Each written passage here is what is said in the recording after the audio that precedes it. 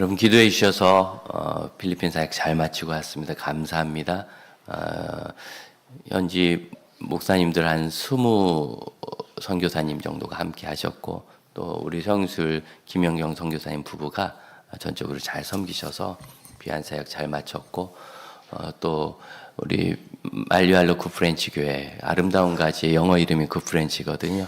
구프렌치 교회가 정말 잘 성장해서 14년 전에 나무 밑에서 그때 주일학교 모임했던 4학년, 5학년, 6학년, 중학교 1학년 아이들이 지금 커서 결혼을 해서 애를 여럿 낳았어요. 그래서 뛰어다니는 애들 숫자가 아주 많고, 그리고 아이들이 다 이쁘고, 그리고 필리핀도 수준이 이제는 경제 수준이 굉장히 올라가서 학교 선생님 봉급을 기준으로 하면 14년 전에 비해서 약 4배가 올랐습니다. 그 정도로 경제 수준이 많이 올라왔기 때문에 이 다음 사역을 잘 고민하면서 생각하게 하는 그런 중요한 시간이었고, 또 현지에 우리로 얘기하면 전임 전도사, 강도사쯤 되시는 그런 사역자 3분이 현지인으로 잘 서서 여성 2분, 남성 1분이 잘 섬기고, 또 그분들도 결혼해서 아기를 낳아가지고, 아기를 낳은 정도가 아니라 나이는 나보다 어린데 손주를 또 봤어요. 그래서 이번에 제가 손주 본 거 축하금도 드리고 왔습니다.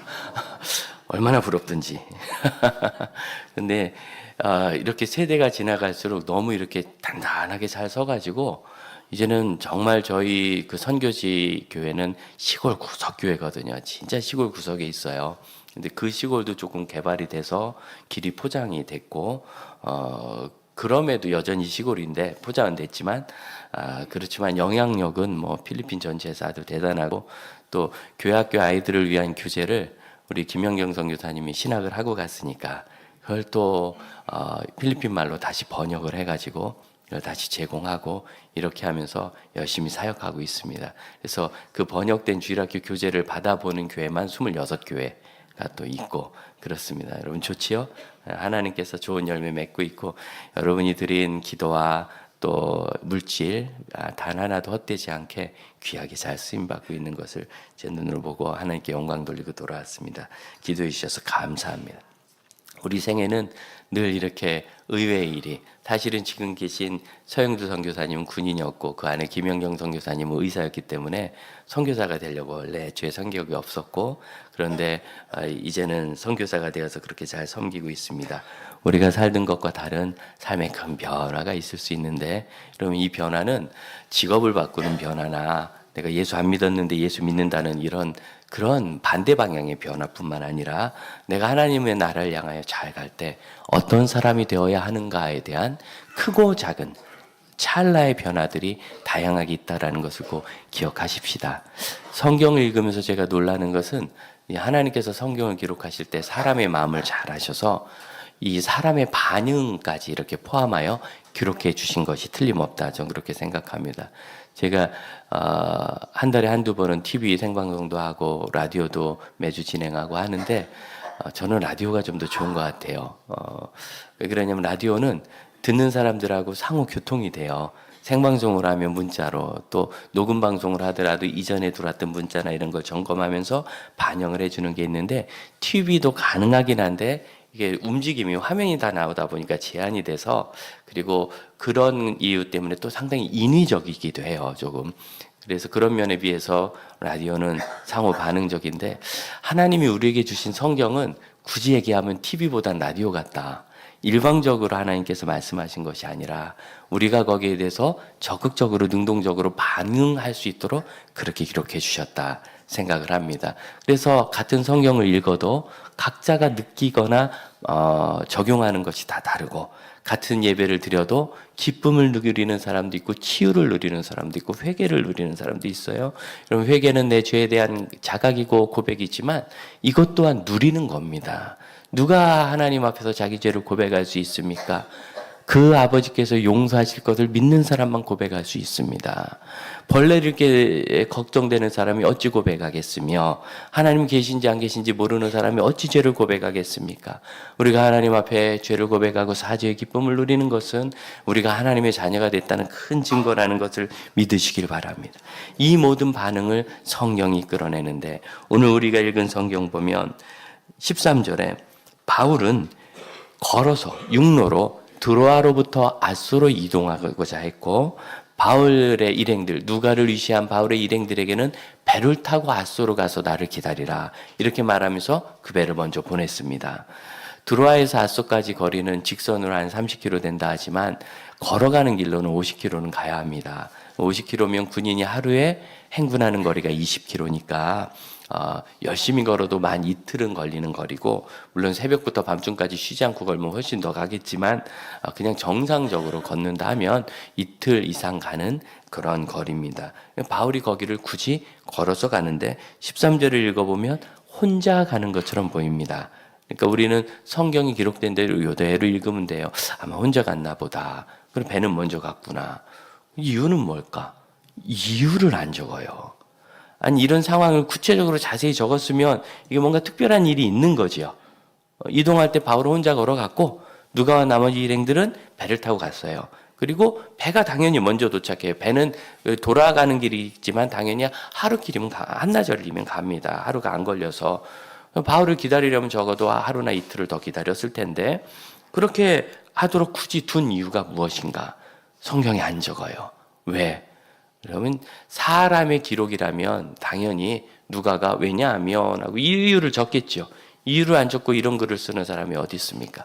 그런데 하나님이시기 때문에 이것을 성령의 은혜 안에 우리에게 던져두신 겁니다. 그래서 많은 사람들이 이 구절을 읽고 왜 바울은 혼자 걸어갔을까 하는 생각을 하게 되는 거예요. 다시 말씀드리면 생각하라고 두신 여지입니다. 이게 생각해보면 뭔 생각이 나요? 혼자 걸으면서 여러 가지 생각을 했겠고, 돌아봤겠고, 변화가 있었겠고, 하나님과 교제했겠고, 기도도 했겠고, 그 결과로 22절이 됩니다. 22절을 보면 나는 이제 성령에 매여 예루살렘으로 가는데, 이 예루살렘으로 가는 길이 희한해요. 거기서 무슨 일을 당할지 알지 못하노라. 왜냐하면 23절 같이 읽어볼 거예요. 오직 성령이 각 성에서 내게 증언하여 결박과 환난이 나를 기다린다. 그 바울이 그동안 지나온 여러 도시들이 있잖아요. 전도하면서 온 여러 도시들, 지나가다 들린 도시들에서 각 성에서, 그러니까 정말 모든 성에서 그랬던 것 같아요. 성령님이 내가 너를 인도해 가는데, 내가 가는 예루살렘으로 가는 그 길에 내가 매일 것이고 환난을 당할 것이다. 그럼 이게 가라는 얘기예요? 말라는 얘기예요? 겁나게, 부담스럽게. 여러분, 이런 이야기를 들을 때 누구나 부담스러운 겁니다. 환난 앞에 두렵지 않은 사람이 없습니다. 다 두렵습니다. 순교자는 환난 앞에 담대한 것 같지만 순교자하고 두렵습니다.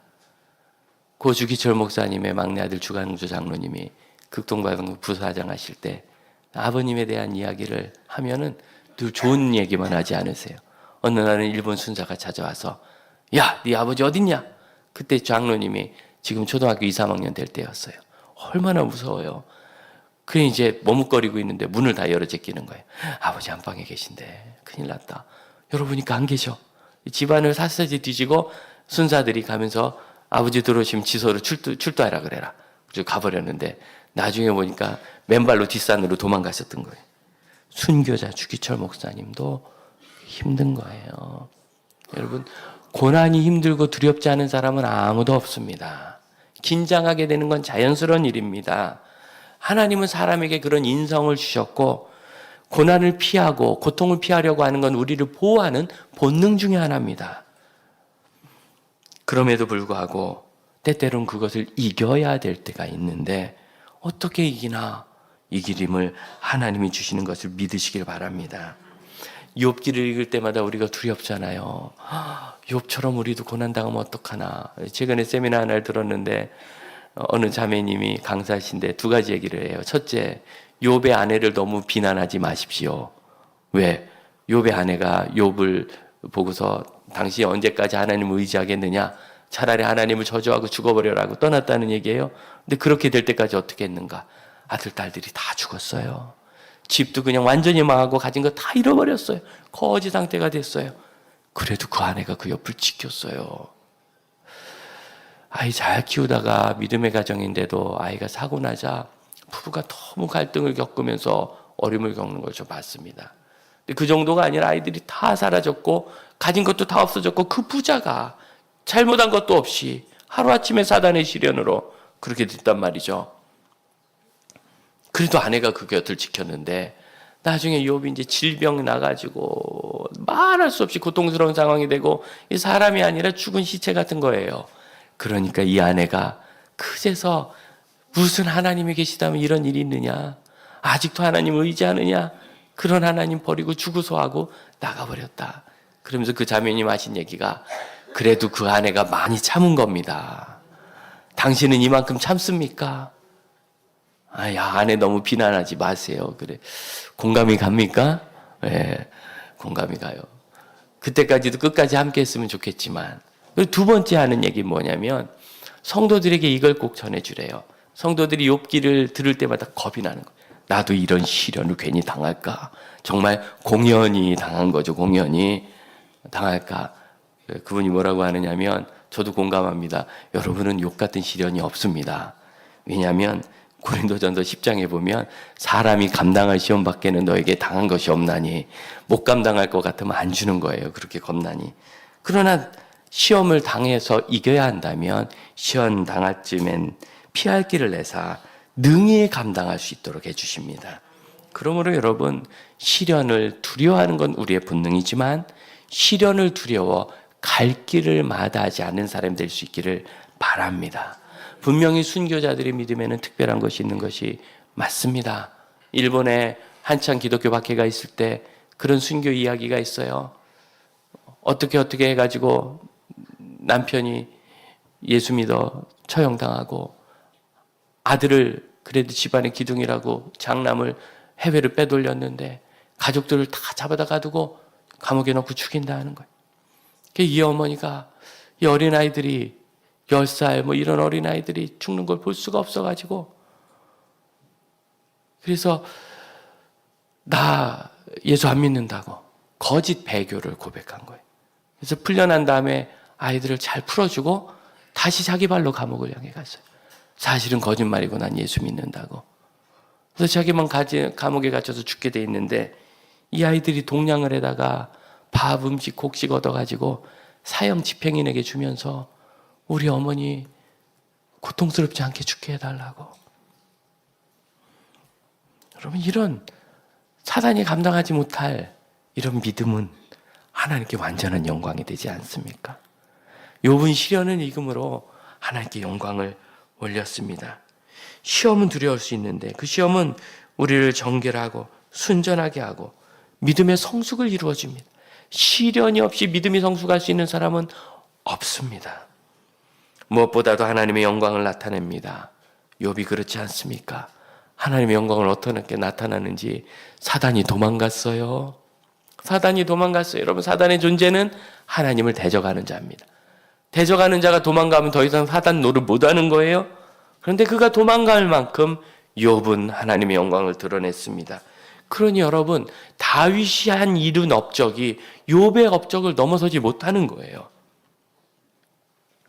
베드로가 이룬 업적과 바울이 이룬 업적이 욥의 업적을 넘어서지 못하는 거예요.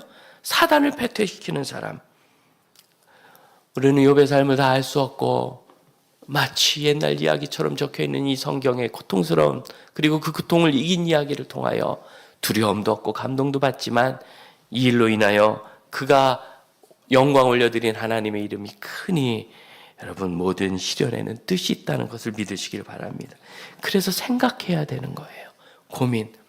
바울은 그 3일 길 가까이 되는 그 길을 적어도 그득이 들기는 되는 길을 빠르게 걸으면서 무슨 생각했을까요?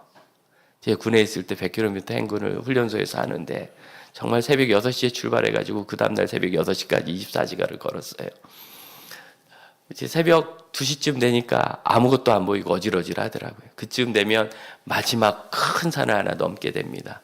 거기서 낙오를 해요. 군인들이, 청년들이. 거기를 막 넘으려고 올라가는데 얼마나 지치는지. 근데 갑자기 조교 하나가 저한테 오더니 홍승영, 예, 너 나랑 찬양 좀 하자. 그래 보니까 교회 열심히 다니던 청년회장이라. 그래서 둘이 옛날 그 찬양 기억합니까? 어지신 목자. 그런 거. 저 멀리 배는 나의 시온성.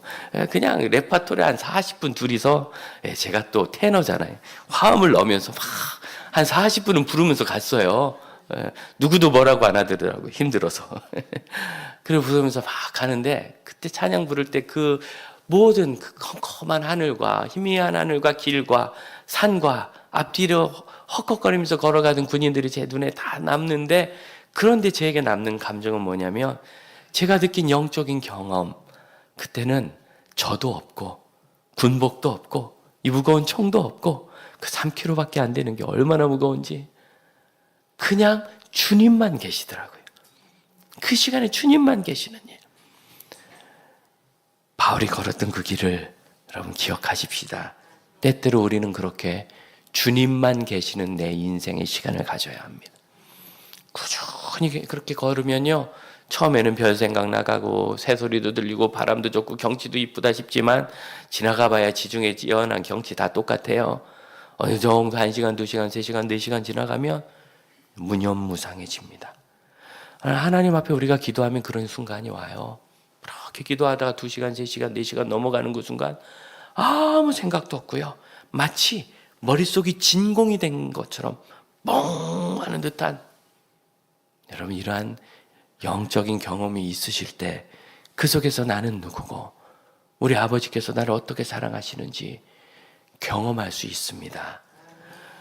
이런 시간을 꼭 가질 뿐만 아니라 우리 교회가 금요일마다 그렇게 모여서 열심히 기도하는 이유가 뭡니까? 우리가 하나님의 뜻을 매주 구하지 않으면 바로 설 수 없는 어려움이 있기 때문이죠. 그런 여러분 오셔서 주 앞에 부르짖어 함께 기도합시다. 하루 중에 첫 시간 새벽 기도를 하고 큐티를 하는 이유가 뭡니까? 우린 그 일이 매일 필요하기 때문입니다. 천천히 걷듯이, 갈 길은 급하지만 걷듯이 내가 방향을 정하는 일이 너무 중요한 거예요. 아무리 빨리 다녀도 호남고속도로를 타고는 부산에 갈 수 없어요. 아무리 성능이 좋은 자동차나 기차를 타도 가지 못합니다. 방향이 바로 잡혀야 돼요. 그 방향을 잡는 일을 바울은 지금 하고 있는데, 그렇게 마치 2, 3일을 지연시키듯이 걸었던 바울이 그 다음부터는 배를 타고 나서부터 14절 아소, 미둘레네, 기오 앞에, 사모에, 밀레도까지 쭉 항해를 합니다. 항해를 해서 가서 밀레도에서는 에베소의 장로를 불러오는데, 사역자들을 불러온 거예요. 이유는 지체하지 않고 예루살렘으로 가기 위해서. 이제 방향이 정해지자 그는 지체하지 않습니다. 무슨 방향입니까? 환란이 기다린다 하는데 이게 내가 갈 길이 맞는가? 맞지요. 그것을 가려고 하는 거예요. 그래서 지체하지 않고 이제 그 환란을 찾아가는 거예요.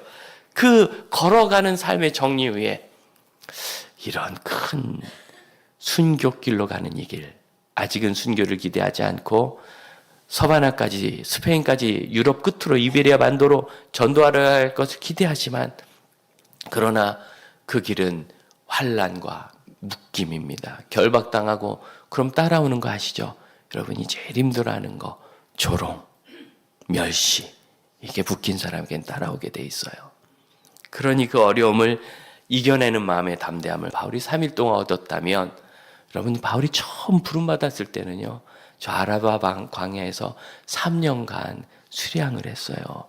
그래서 지금도 신학원 공부를 3년 하는 거예요. 신대원을 3년간 수양하면서 예배드리고 신학과 동료들과 교수님의 말씀, 목사님들의 설교와 간증 쭉 들으면서 나는 정말 부름받은 종이다 하는 것을 확증하기까지 그 3년 너무 필요한 시간입니다.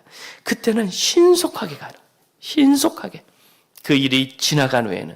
그러므로 여러분, 그런 훈련을 계속 하실 때 핵심은 내가 하나님을 사랑하고 하나님 뜻에 순종하는 마음이 되는 것입니다. 그러면 3년 걸리던 일이 3일에도 끝나고 3시간에도 끝나는 겁니다. 그렇게 해서 바울은 지체하지 않고 가요. 마치 저는 여기서 이삭을 데려가는 아브라함의 영상을 보는 것 같았어요. 하나님께서 벼락같이 말씀하십니다. 다 커서 초등학교 한 3, 4학년 된 아들을 번제로 바치라. 죽여서 배를 갈라 내장을 꺼내내고 머리와 팔다리를 잘라내서 불태우는 제사입니다. 말도 안 되는 일을 하나님이 명령하셨을 때 아브라함이 그 다음날 일찍 일어나서, 그게 일찍 갈 일입니까? 며칠은 더 고민해도 뭐라고 하지 못할 일 아닙니까? 일찍 출발합니다. 3일 만에 저 멀리 모리아가 보입니다. 예루살렘 동편에 있는 산입니다.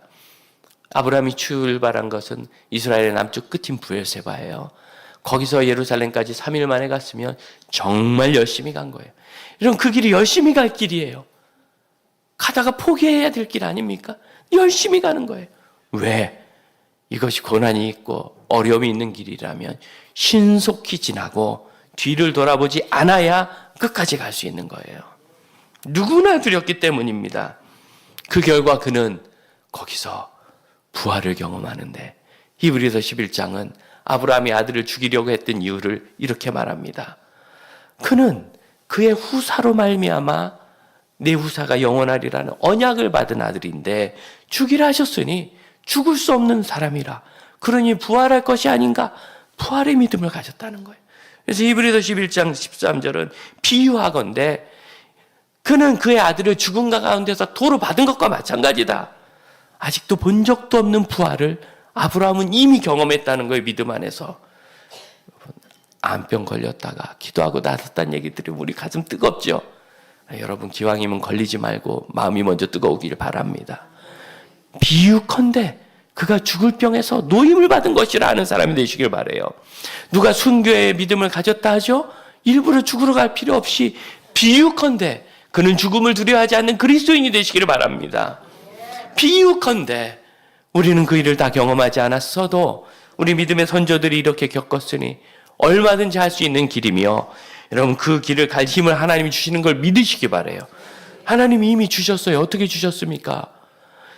이 드로아를 출발하기 직전에 바울이 경험한 게 부활이었어요. 유두고가 내 설교 중에 떨어져서 죽었어요. 자지간 저는 여러분이 아무도 죽지 않는 걸 늘 감사 안고 있어요. 아니 설교자로서 설교 듣던 아이가 떨어져서 죽었으니 이렇게 난감한 일이 있습니까?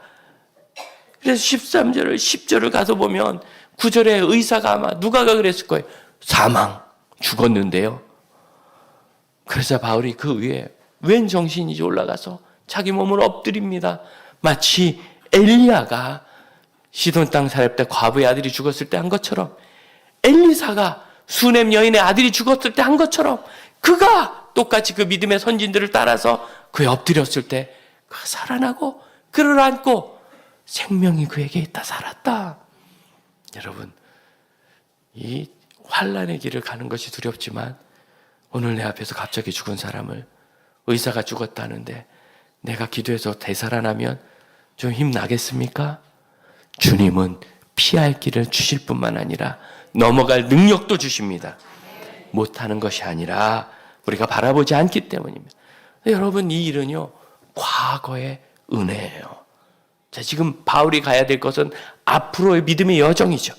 근데 그 여정을 가게 하는 힘은 내가 조금 전에, 1년 전에, 3년 전에, 10년 전에, 20년 전에 내가 예수 만날 때 겪었던, 눈 감았다 장님이 되어서 3일을 보도 못하고 밥도 못 먹다가 떴던 그 은혜의 역사와 그 이전에 내가 그 순결한 사도 제자 스데반을 7인 중에 한 사람을 죽이는데 앞장섰던 그 수치스럽고 민망하고 죄송한 과거를 이제는 씻고 이겨나가는 생의 새로운 발걸음입니다. 그러므로 여러분 다시 떠올리십시다. 하나님이 우리에게 주신 은혜가 있습니다. 그 은혜를 다시 생각하세요. 이번 한 주간은 우리가 다 1시간 이상씩 내가 하나님 앞에 기도하고 간구하며 나를 돌아보는 시간이 있기를 바랍니다. 조금 더 할 수 있는 사람은 3시간을 해보세요. 4시간이 되기 전에 정말 뻥 하는 소리가 나는 것 같이 내 모든 생각과 감각이 진공 상태처럼 드는 것 경험할 수 있을 겁니다. 내가 없고 주님만 계시는 그곳, 그런 경험 속에서 우리가 무슨 앞길에 네가 뭘 할 것이다 이런 거 말고 바울이 뭐라고 해요? 22절 성령에 매여 여러분의 앞길은 걱정도 하지 마세요. 성령님이 묶어서 데려가십니다. 누가 피해가겠습니까? 내가 걱정할 것은 두려움과 의문입니다. 이 길이 맞는가? 주님이 그걸 확인하게 해주실 줄로 믿습니다. 고등학교 3학년 때 목사가 되라는 부르심에 아멘하고 응답한 이후로 전 단 한 번도 뒤를 돌아본 적이 없고 좌우를 살핀 적도 없습니다. 그래서 정말 돈 없던 대학 시절 휴학 한번 해보고 싶었는데, 휴학하고 나도 가서 노가대 하면 등록금 좀 모아올 것 같았는데 좌우를 보지도 말고 뒤를 보지도 말고 죽을 듯이 가보자 하고 갔더니 전 아르바이트 제대로 안 해보고도 다 졸업했어요. 누가 물어요? 돈이 어디서 나느냐고. 근데 여러분, 저도 그 돈이 어디서 났는지 아직도 계산이 안 돼요. 아직도 계산이 안 돼요. 분명히 학기 말엔 다 주셔서 6개월 지나서라도 등록은 했지만 어디서 나는지 모르겠어요. 여러분, 우리 주님은 앞으로 인도하시는 하나님이십니다. 그 일을 두려워하지 마세요. 그래서 교단이 허락하는 최단시간에 신학 7년 공부 마치고 최단시간 30살에 목사가 돼서 지금까지 단 한 번도 교회 사역을 쉬어보지 않고, 심지어 군에 있는 기간 그 2년 반도 하나님 은혜를 주셔서 그때 제가 맡았던 주일학교 100명 모였어요. 하나님은 우리에게 늘 그 길을 주심을 믿으시길 바랍니다. 사실은 우리 삶에 그게 다 있어요. 가을의 추수절을 우리가 앞두고 있는데 내 삶에 하나님이 하신 게 뭔가? 나는 정말 아무것도 받은 게 없어요. 난 지금 환난과 두려움과 의문만 있어야 하실지 모르지만 여러분, 하나님 앞에 걸어보지 않아서 그렇습니다. 걷듯이 하나님과 나만의 시간을 갖고 하나하나 헤아려 보세요. 이번에 기간 중에 마지막 3일은 선교사님 부부와 이렇게 교제를 했습니다. 너무 귀한 시간이었고, 지금 선교지가 급변하는 모든 상황들을, 사실은 그 선교사님 안수를 제가 했거든요. 목사 안수를. 그리고 파송도 우리 교회에서 지금 이렇게 하고 있는데 잘 교제를 하지 못했어요. 그러다가 정말 깊은 이야기를 많이 나누고 그 가정 형편도 다시 듣고 하면서 진짜 파송교회 목사와 선교사님처럼 되는 시간이었습니다. 하루 저녁은 그 작은 배 타고서 저기 바다 나가는 걸 같이 가자고. 그래서 고맙다고 해서 같이 나갔어요. 배 타고 해 떨어질 때 나가는데 광경이 멋있대요. 조금 나갔다가 제가 뒤를 돌아봤더니 내가 떠나온 해변은 더 멋있어요. 그렇죠, 여러분. 망망대해 뻘겋고 해 떨어지고 돛담배 몇 개 떠 있는 거 하고 쫙 돌아봤더니 아름다운 나무와 풀과 집과 불빛과 사람이 있는 곳. 그러면 어디가 더 아름다운 곳입니까? 우리에게 아름다운 것은 지금 내가 떠나려고 하는 이 삶에 있어요. 시편 16편은 주께서 내게 줄로 재어주신 구역은 심히 아름다운 곳에 있도다.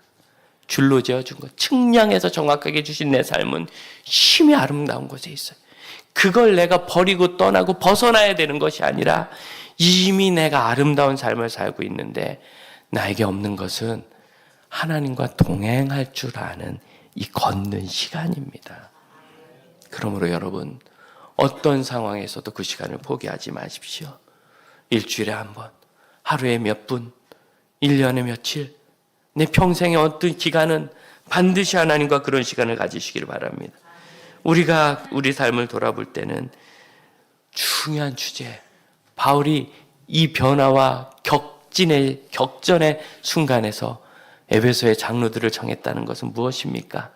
내게 주신 것, 내게 주신 열매, 내 삶의 은혜들, 여러분에게 있는 그것을, 주님이 주신 것을 믿으시기를 바랍니다. 이번에 선교할 때 3일은 청소년 집회요. 하루는 만류알루교회 창립 예배인데 청소년 집회는 필리핀에서 제일 잘하는 통역 설교가를 구해놨다고, 신학도 하고 현지어도 너무 잘하는 주일 통역가를 못 구한다고. 왜냐하면 주일은 다 자기 교회 사역이 있으니까. 그래서 같이 기도하고 안 되면 그냥 한국 단어 몇 개 아는 사람이라도 어떻게 세워서 좀 해야 되는 상황이라고. 이제 좀 걱정스러운 상황이죠. 청소년 집회를 하는데 통역하는 형제는 어려서 어머님이 병 때문에 하반신 마비가 됐다가 예수도 안 믿는 시절에 기도원에 가서 고침받고 그냥 자기 삶을 다 하나님께 드린 거예요. 식구들하고 다 짐 싸서 선교지에 가가지고 그냥 선교사의 삶을 살기 시작했어요. 자녀들은 돈 없고 있어도 안 보내겠지만 동네 그 필리핀 아이들 학교를 다 보내면서 로컬 학교라고 하는데 그거 가면 거기서 태어난 아이들은 괜찮은데 여기서 살다 간 아이들은 말할 수 없이 고통스럽습니다. 근데 그 고통을 당하면서 더구나 여기가 워낙 산촌이에요. 그러니까 외국인들도 없는 데니까 얼마나 놀림을 받고 괴롭힘을 받는지. 게다가 동네 사람들 이제 교회가 점점 사역을 열심히 할수록 계속 박해가 오는 거예요. 억울한 일 생기고 쫓겨내려고 하고. 그런데 이 청년 통역가는 자기 생을 부모님 따라 필리핀에 드리기로 하고 아예 국적을 필리핀으로 바꿨어요. 국적을 필리핀으로 바꿨어요. 난 이제 필리핀 사람이라 시민권자예요. 그런데도 너희 나라로 돌아가라고 교회를 뺏고 싶어서 그 땅을 차지하고 싶어서 그 조그만 건데 그렇지만 거기서 고등학교 나오고 거기서 대학 나오고 거기서 신학하고 거기서 박사과정까지 지금 하고 있어요. 그래 얼마나 필리핀 말을 잘하는지. 이틀째 됐는데 저랑 많이 친해지자 마음을 열고 이런 얘기를 합니다. 통역하다 너무 눈물이 나요. 그냥 울지. 안 돼요. 제가 너무 고생해요. 그러면 통역자가 울고 나면. 그래서 마인드 컨트롤 잔뜩 하고 올라옵니다. 마지막 아이들하고 기도할 때 아이들이 선교사들을 또 자기 교회 목회자들을 둘러싸고 위해서 기도하고 이분들이 억울하지 않도록 외롭지 않도록 하자. 그때 이 통역가가 막 통곡을 하면서 울었어요. 그래서 집회가 잠깐 중단이 됐어요. 얼마나 우는지. 그 마음이 이해가 가죠. 그럼 어떻게 울지 말라 하겠어요. 진정하라 하겠어요. 본인이 얼마나 애를 쓰겠어요. 우리도 다 울고. 그런데 여러분 그렇게 고통스러운 시간만 있는 게 아니죠. 거기서 나는 이 탁월한 현지어 사역자가 된 삶의 열매를 지금 거두고 있는 거예요. 지금 내가 위에서 사역하고 있는 이 청소년들 그들의 부모가 사실은 우리 아버지 교회 옆에서 우리 교회 옆에서 교회를 박해하고 그 땅 뺏으려고 하는 사람들과 다름이 없는 필리핀어들이지만 그들을 위해서 사역하고 기도하는 삶과 사역의 성숙이 있는 거죠. 사랑하는 형제자매 여러분, 우리가 아무것도 없는 게 아닙니다.